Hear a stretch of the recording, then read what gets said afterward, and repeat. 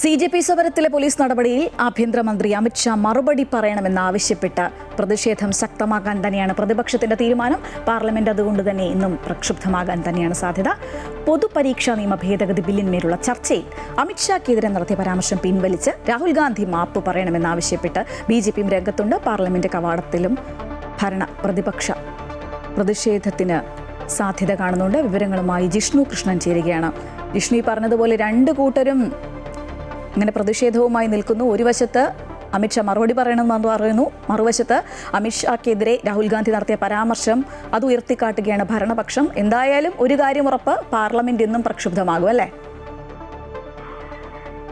അത്തരത്തിൽ പാർലമെന്റ് ഇന്നും പ്രക്ഷുബ്ധമാകാൻ തന്നെയാണ് സാധ്യതയുള്ളത്. സഭാ നടപടികൾ തടസ്സപ്പെടുത്തുന്ന രീതിയിലേക്ക് പ്രതിപക്ഷം പ്രതിഷേധവുമായി പോകുമെന്ന സൂചന പ്രതിപക്ഷ നേതാക്കളുടെ പ്രതികരണത്തിൽ തന്നെയുണ്ട്. ഈ ഒരു വർഷകാല സമ്മേളനം പരിശോധിക്കുമ്പോൾ പൊതുപരീക്ഷാ നിയമ ഭേദഗതി ബില്ലിന്മേലുള്ള ചർച്ചയൊഴിച്ച് ബാക്കി എല്ലാ നടപടികളും സഭാ നടപടികളും പൂർണ്ണമായും തടസ്സപ്പെടുന്ന പ്രതിപക്ഷ പ്രതിഷേധത്തിൽ സ്തംഭിക്കുന്ന കാഴ്ചയാണ് കണ്ടിട്ടുള്ളത്. അതിന് സമാനമായി ഇന്നും പാർലമെന്റിൽ പ്രതിഷേധം ഉയരാൻ തന്നെയാണ് സാധ്യത. അതിൽ പ്രതിപക്ഷം ഉന്നയിക്കുന്നത് CJP സമരത്തിന് നേരെ ഉണ്ടായിട്ടുള്ള പോലീസ് നടപടി, പ്രത്യേകിച്ച് പെല്ലറ്റ് ഗൺ ഉൾപ്പെടെ ഉപയോഗിച്ചത് കേന്ദ്ര ആഭ്യന്തരമന്ത്രിയുടെ നിർദ്ദേശപ്രകാരമാണെന്നും ഈ വിഷയത്തിൽ ആഭ്യന്തരമന്ത്രി നേരിട്ട് പാർലമെന്റിൽ മറുപടി പറയണം എന്ന ആവശ്യം ഉയർത്തിക്കൊണ്ടാണ് പ്രതിപക്ഷ പ്രതിഷേധം നടക്കുന്നത്. കഴിഞ്ഞ ദിവസങ്ങളിൽ പാർലമെന്റിന്റെ കവാടത്തിലും രാജ്യസഭയിലും ലോക്സഭയിലും സഭയ്ക്കകത്തും പ്രതിപക്ഷം ഇക്കാര്യം ഉന്നയിച്ചുകൊണ്ട് വലിയ പ്രതിഷേധം നടത്തിയിരുന്നു. അതിനിടെ ഈ ബില്ലിന്മേലുള്ള ചർച്ചയ്ക്കിടയിലും ഈ വിഷയം രാഹുൽ ഗാന്ധി ഉയർത്തുകയുണ്ടായി. സമരം ചെയ്ത വിദ്യാർത്ഥികൾക്ക് നേരെ വെടിയുതിർക്കാൻ ആഭ്യന്തരമന്ത്രി അമിത്ഷാ ഉത്തരവിട്ടു എന്നുള്ളതായിരുന്നു രാഹുൽ ഗാന്ധിയുടെ പരാമർശം. എന്നാൽ ഇതിനെതിരെ വലിയ വിമർശനവും പ്രതിഷേധവും ഭരണപക്ഷത്തിന്റെ ഭാഗത്തുനിന്നുണ്ടായി.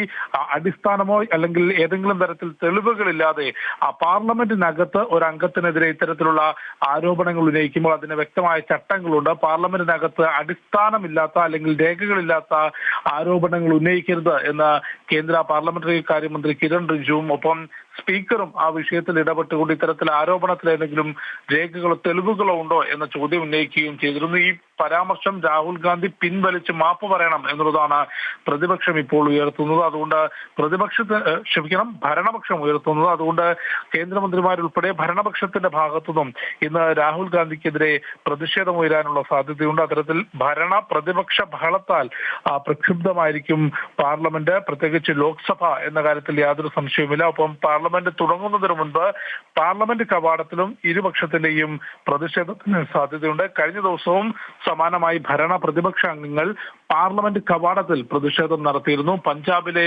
ചോദ്യപേപ്പർ ചോർച്ചയിൽ വിദ്യാഭ്യാസ മന്ത്രി രാജിവെക്കണമെന്ന് ആവശ്യപ്പെട്ടുകൊണ്ട് BJP MPമാരും മഹാരാഷ്ട്രയിലെ അധ്യാപക നിയമന പരീക്ഷയുടെ ചോദ്യപേപ്പർ ചോർച്ചയിൽ അത് ചോദ്യം ചെയ്തുകൊണ്ട് മഹാരാഷ്ട്രയിൽ നിന്നുള്ള പ്രതിപക്ഷ MPമാർ അങ്ങനെ നിരവധി തരത്തിലുള്ള പ്രതിഷേധങ്ങൾക്കാണ് നിലവിൽ പാർലമെന്റ് സാക്ഷ്യം വഹിക്കുന്നത്. അതേസമയം ഈ പോലീസ് നടപടികളുമായി ബന്ധപ്പെട്ട നിയമ നടപടികളും പുരോഗമിക്കുകയാണ്. വീണ്ടും സമരത്തിനിറങ്ങും എന്ന പ്രഖ്യാപനം കഴിഞ്ഞ ദിവസങ്ങളിൽ കോക്രോച്ച് ജനതാ പാർട്ടി നടത്തിയിരുന്നു. അതായത് സർക്കാർ നൽകിയിട്ടുള്ള ഉറപ്പ് ഈ കേസുകൾ പൂർണ്ണമായും പിൻവലിക്കും എന്നുള്ളതായിരുന്നു. പക്ഷേ സുപ്രീം കോടതി ഉൾപ്പെടെ വ്യക്തമാക്കിയത് ക്രിമിനൽ പശ്ചാത്തലമില്ലാത്ത ആളുകൾ, 18 വയസ്സിന് താഴെയുള്ള ആളുകളെയും ഈ കേസിൽ നിന്ന് ഒഴിവാക്കണം. അതിനപ്പുറത്തേക്ക് മുൻപ് ക്രിമിനൽ പശ്ചാത്തലമുള്ളവർക്കെതിരെയും സാമൂഹ്യ വിരുദ്ധ പ്രവർത്തനങ്ങൾ നടത്തിയവർക്കെതിരെയും നടപടി തുടരാം എന്നുള്ളതായിരുന്നു സുപ്രീം കോടതിയുടെ നിർദ്ദേശം. അതിന്റെ അടിസ്ഥാനത്തിൽ CJP സമരത്തിലുള്ള നിയമ നടപടികൾ ഡൽഹി പോലീസ് മുൻപോട്ട് കൊണ്ടുപോവുകയാണ്. അതിനെതിരെയും